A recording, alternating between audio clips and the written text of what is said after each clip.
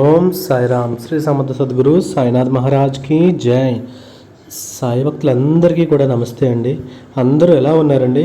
మీ అందరూ కూడా ఆయుర ఆరోగ్యాలతో అష్టైశ్వర్యాలతో తూగుతూ ఉండాలని ఆ సాయినాథ్ని కోరుకుంటూ ఈరోజు వీడియోలోకి అయితే వెళ్ళిపోదామండి. మరి ఈరోజు బాబా గారు ఎలాంటి సందేశంతో మన దగ్గర ముందుకు వచ్చారో ఒక్కసారి అయితే మనం చూద్దామండి. మరి బిడ్డ,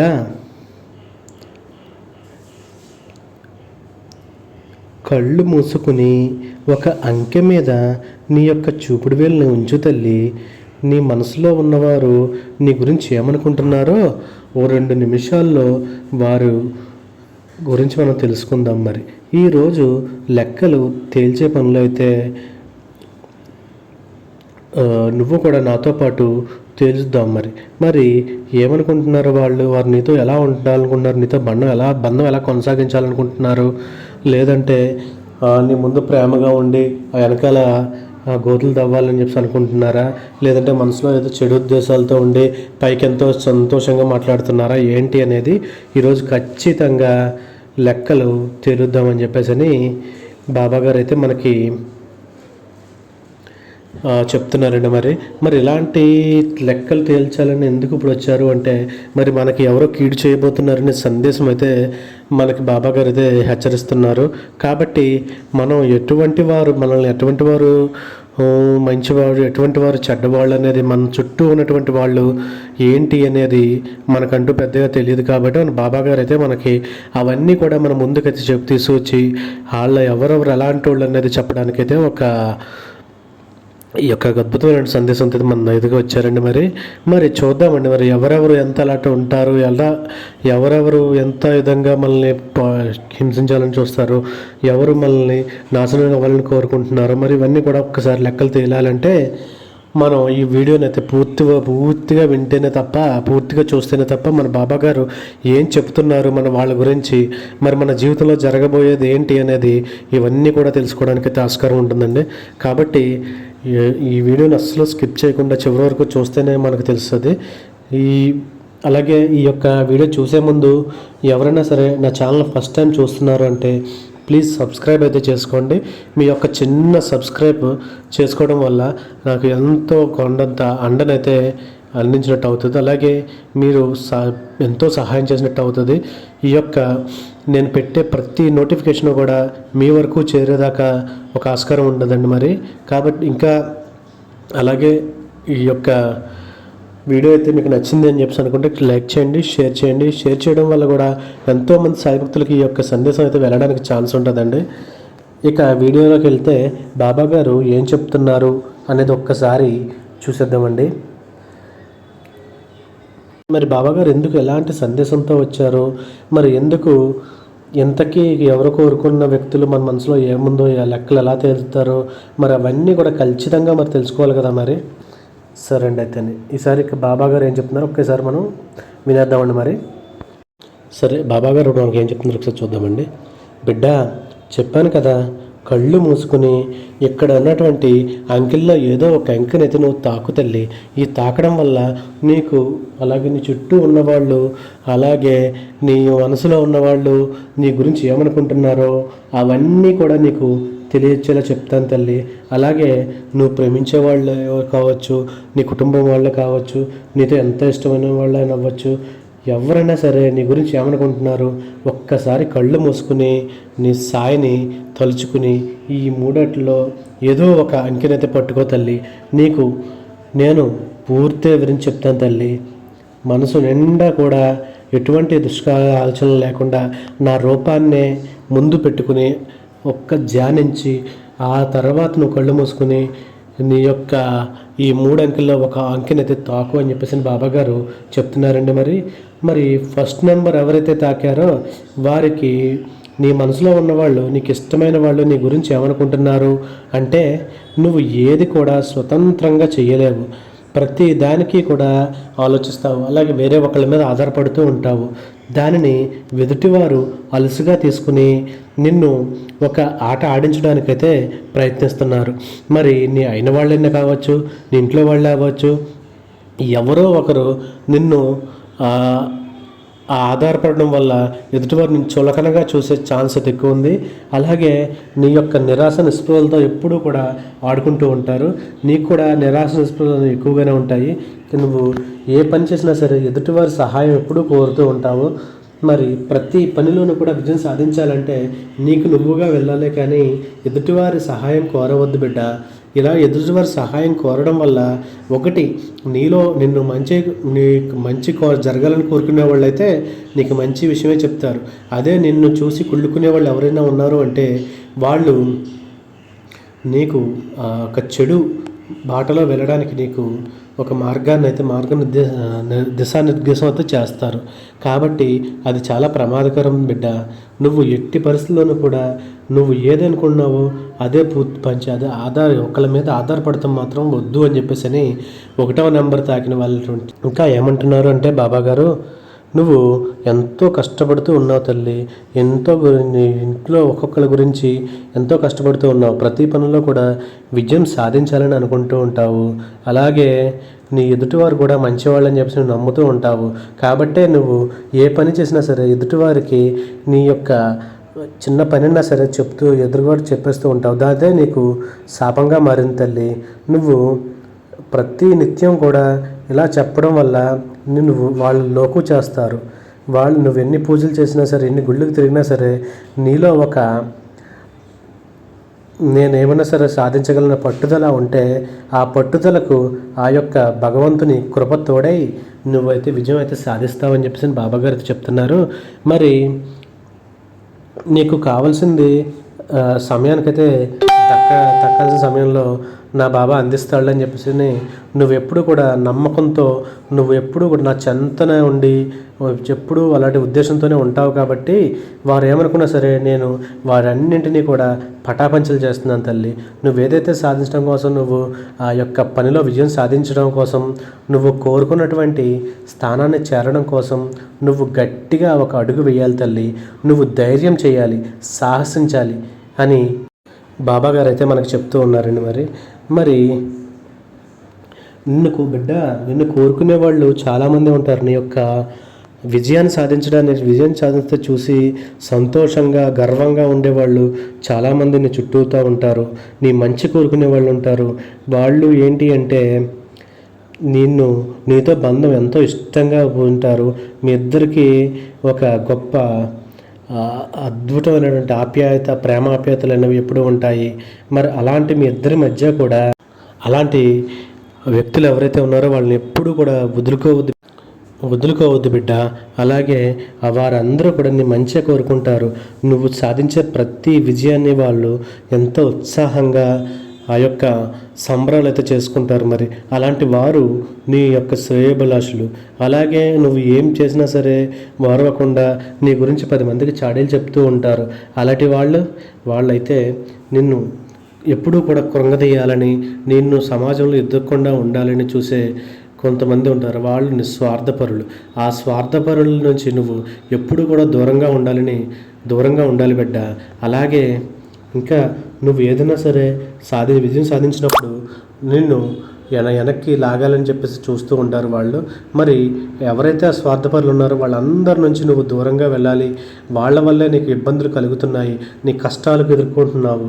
అలాగే నువ్వు విజయం సాధించడంలో కూడా చాలా ఆ యొక్క సమయం అయితే పడుతుంది అని చెప్పేసి బాబాగారు చెప్తున్నారు. మరి ఇలాంటి సమయం ఎందుకు పడుతుంది, ఎందుకు వాళ్ళని నమ్ముతున్నావు నువ్వు అని చెప్పేసి బాబాగారు అయితే ప్రశ్నిస్తున్నారు. బిడ్డ, నువ్వు మాత్రం ఎట్టి పరిస్థితుల్లోనూ వీళ్ళ దగ్గరికి అయితే వెళ్ళవద్దు. అలాగే నీ గురించి మేలు కోరే వాళ్ళ జరిగి నువ్వు ఎప్పుడు కూడా ఆలోచించు. నువ్వు ఎప్పుడు కూడా పాజిటివ్ మైండ్ ఉన్న వాళ్ళ ద్వారానే ఎప్పుడు ఉంటే నువ్వు కూడా ఎప్పుడు కూడా ఒక మంచి అద్భుతాలు అయితే సాధించడానికి నీకైతే వాళ్ళు ఎప్పుడు కూడా సహాయం చేస్తూ ఉంటారని చెప్పేసి బాబాగారు చెప్తున్నారు.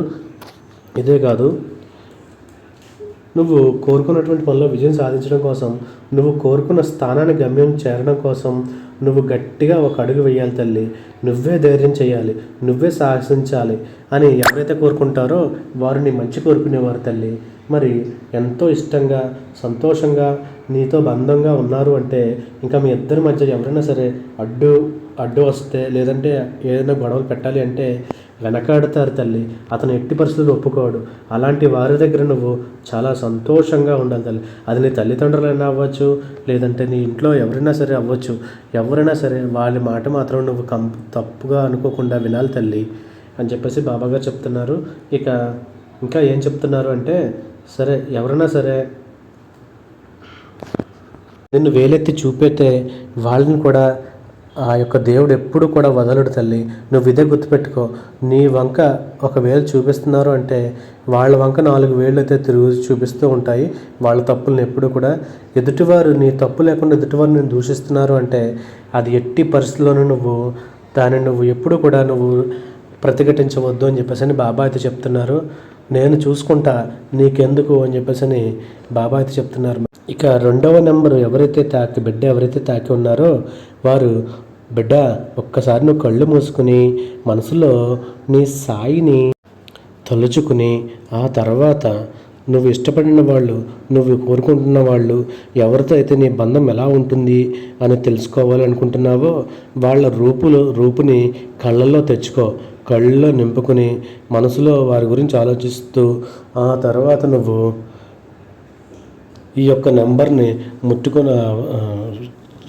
పట్టుకున్నావు అంటే అప్పుడు వాళ్ళ వ్యక్తిత్వం గురించి, వాళ్ళు ఏమనుకుంటున్నారో నీ గురించి అనేది నేనైతే నీకు చెప్తాను బిడ్డ. ఎవరైతే మీ గురించి ఎవరి గురించి అయితే నువ్వు తెలుసుకోవాలనుకుంటున్నావో వాళ్ళు ఇలా అనుకుంటూ ఉంటారు. నువ్వు రేవి పగళ్ళు కూడా చాలా కష్టపడుతూ ఉంటావు, ప్రతి పని కోసం ఎంతో శ్రమిస్తూ ఉంటావు, కానీ నీ మీద ఎవరో ఒకరి నియంత్రణ అయితే ఉంటుంది అని వారు అర్థం చేసుకుంటున్నారు.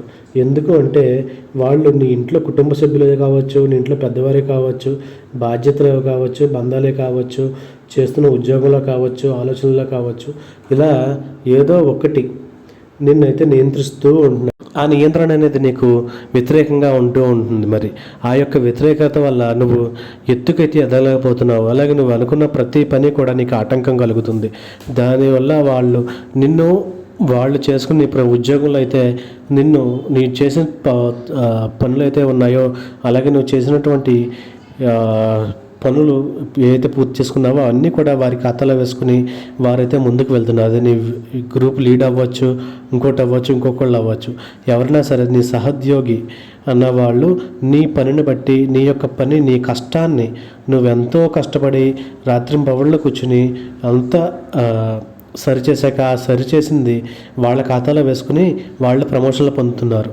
కాబట్టి నిన్ను నియంత్రించడానికి వారు ఏం చేయాలో, అలాగే నీ యొక్క లోటుపాట్లు ఏంటి అనేది వాళ్ళు బాగా గమనించి నిన్ను నియంత్రిస్తూ నీ పనిని వాళ్ళ పనిలా చెప్పుకుంటూ వాళ్ళైతే ముందుకు పోతున్నారు, నిన్ను వెనక్కి నెట్టేస్తున్నారు. దానివల్ల నీకు ఎటువంటి ఫలితము కాకపోగా నీ శ్రమ అనేది వృధా అయిపోతుంది. నీకు నీ యొక్క పై అధికారుల నుంచి కూడా ఎన్నో విమర్శలు అయితే వస్తూ ఉన్నాయి. నువ్వు చేసిన పని నీదే అవ్వచ్చు, కానీ వాళ్ళు లాభాన్ని అయితే పొందుతున్నారు. నీ యొక్క పై అధికారులకు అది తెలియక నువ్వు ఏమీ పని చేయట్లేదన్న ఒక ఉద్దేశంతో నేను ఎప్పుడూ కూడా ఇది చేస్తున్నారు. కాబట్టి బిడ్డ ఒక్కటి ఆలోచించు. నువ్వు ఎప్పుడైతే ఎదుటివారిని గుడ్డిగా నమ్మావు అంటే ఆ నీ ప్రతిఫలం అనేది నీ మీదే ఆధారపడి ఉంటుంది. నువ్వు ఎప్పుడూ కూడా ఎత్తుకు ఎదగలేవు, నువ్వు ఎప్పుడూ కూడా ఒకే స్థితిలో ఉండిపోతావు తల్లి. కాబట్టి నువ్వు ఎదుటివారు ఎలాంటి వారు అనేది ఒక్కసారి ఆలోచించుకుని విచక్షణ సహితంగా ఆలోచించి నువ్వైతే ముందు అడుగు వేయాలి. అప్పుడే నువ్వు విజయం సాధించగలుగుతావు. నీ యొక్క పనిలో, నీ యొక్క ఉద్యోగంలో నీకు నువ్వే ప్రమోషన్ తెచ్చుకోగలుగుతావు. మరి నీ చుట్టూ కూడా ఇంతలాంటి వాళ్ళు ఉన్నారు అంటే అది నువ్వు వాళ్ళకి ఇచ్చినటువంటి చనువు అవ్వచ్చు, ఇంకోటి అవ్వచ్చు, ఏదైనా సరే నువ్వు మాత్రం బిడ్డ ఒక నమ్మకంతో ముందుకు వెళ్ళాలి. నువ్వు ఒక ఆదర్శంతో ముందుకు వెళ్ళాలి. నువ్వు 10 మందికి ఒక బాట అనేది వెయ్యాలి. ఆ బాట చూసి నీ ఎదుటి వాళ్ళు ఎంత గొప్ప పని చేశారా అని చెప్పేసి అనుకోవాలి 10 కాలాల పాటు. ఆ విధంగా నువ్వు మారాలని చెప్పేసి బాబాగారు అయితే 2వ నెంబర్ ఎవరైతే తాకారో వాళ్ళ గురించి అయితే చెప్తూ ఉన్నారు. ఇక 3వ నెంబరు ఎవరైతే తాకారో వాళ్ళ గురించి బాబాగారు ఏమని చెప్తున్నారో ఒక్కసారి విందామండి.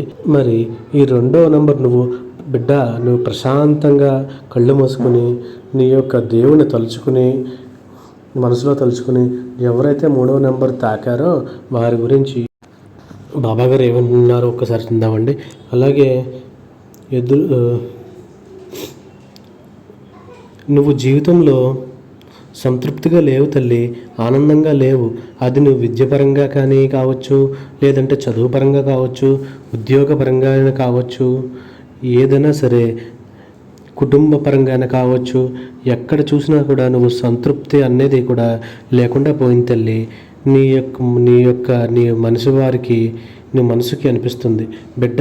కానీ వారు ఎప్పుడూ కూడా నీ భవిష్యత్తుకు బాగుండాలని చెప్పేసి ప్రతి ఒక్కటి సరిదిద్దుకోవాలని చూస్తూ ఉంటే అన్నీ కూడా అనుకూలంగా మారుతాయి. నువ్వు సాధించలేదంటూ ఏమీ లేదు. నీ దగ్గర రాకుండా ఏది కూడా ఉండదు తల్లి. అది కూడా నిన్ను ఎవరైతే అనుకుంటున్నారో, నిన్ను ఎవరైతే మంచిగా చూడాలనుకుంటున్నారో వాళ్ళు నువ్వు చిన్న చిన్న తప్పులు ఏవైతే ఉన్నావో తప్పులన్నీ కూడా సరిదిద్దుకోవాలని వాళ్ళైతే కోరుకుంటున్నారు. అలాగే ఒక నిష్కల్మషమైనటువంటి మనిషిగా నిన్ను ఆ యొక్క వ్యక్తి అయితే చూస్తున్నారు. కానీ నువ్వు గతంలో ఏదైనా సరే చెడు సాంగత్యంలో ఉన్న, చెడు అలవాట్లలో ఉన్న వాటినైతే ఎప్పుడు మానేసుకుని పూర్తిగా మార్చేసుకున్నావు. నిన్ను నువ్వు మార్చుకున్నావు. ఆ తప్పు ఏంటి అనేది నువ్వు గ్రహించావు. ఆ తప్పులను దిద్దుకోవడానికి కూడా నువ్వు ప్రయత్నించి పూర్తిగా బయటపడావు తల్లి.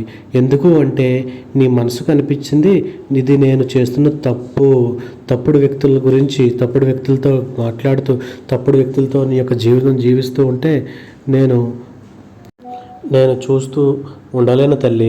నా బిడ్డ ఎప్పుడూ కూడా చెడిపోకూడదనే ఒక ఉద్దేశంతో నేను ఈ యొక్క ఏదైతే నేను తీసుకుని వచ్చాను తల్లి, ఇది హెచ్చరిస్తున్నాను తల్లి. మరి నువ్వు చెడు వ్యక్తుల నుండి, చెడు సాంగత్యం కూడా నువ్వు చేసినట్టయితే నీ యొక్క జీవితం పతనం వరకే వెళ్తుంది. కాబట్టి నేను నిన్ను అటు పోనివ్వను. నిన్ను నా దారిని రప్పించుకుంటాను. మరి నువ్వు మనసులో అనుకున్న వాళ్ళు ఎవరైతే ఉన్నారో వాళ్ళు నీ గురించి ఎప్పుడు కూడా ఆలోచిస్తూనే ఉంటారు తల్లి. నువ్వు ఎప్పుడు కూడా స్వతంత్రంగా ఉండాలని చెప్పేసి కోరుకుంటూ ఉంటారు. నువ్వు ఎప్పుడూ ఒక గొప్ప పనులు చేయాలని చెప్పి కోరుకుంటూ ఉంటారు. నీ మీద ఒక నియంత్రణ కావాలంటే అది మంచి వరకే నీ యొక్క నియంత్రణ చేస్తూ ఉంటారు. నువ్వు చేసేటువంటి పొరపాట్లు ఏమన్నా సరే ఉన్నాయంటే అవి నువ్వు సరిదిద్దుకోవాలి అని చెప్పేసి నీకు ముందైతే వస్తూ ఉంటారు. నువ్వైతే నష్టపోకుండా ఉండాలని చెప్పేసి వాళ్ళైతే ఎదురు చూస్తూ ఉంటారు. ఎటువంటి నష్టాలు కూడా నువ్వు జరగకుండా ఉండాలని నీ మీద నియంత్రణ పట్టుకుంటారు. అది నువ్వు ఎప్పుడైనా సరే నువ్వు నీకు తెలియకుండానే నువ్వు చెడు వైపు వెళ్తూ ఉంటే వాళ్ళు నీ మంచి కోరుకునే వాళ్ళు ఎవరైతే ఉన్నారో వాళ్ళైతే నిన్ను వెనక్కి ఆపుతూ ఉంటారు తండ్రి. మరి వారు ఒక మంచి దారి చూపించి ఒక దారిలో నిన్ను నడిపిస్తారు. అలాగే ఒక మార్గనిర్దేశకంగా నీకైతే నిలవాలి అని వారు అనుకుంటారు. కాబట్టి ఒక నియంత్రణ నీ మీద పెట్టుకుంటారు. కాబట్టి నేను తనను ఒక క్రమశిక్షణలో పెట్టి మంచి చెడు అనేది నేర్పించాలి, ముందుకు తీసుకువెళ్ళాలి అని ఎదురు చూస్తూ ఉన్నారు. ఒక సందిగ్ధంలో కూడా వారి మనసు ఉంది. ఆ సందిగ్ధం కూడా త్వరలోనే నీ సాయి తీర్చేస్తాడమ్మా.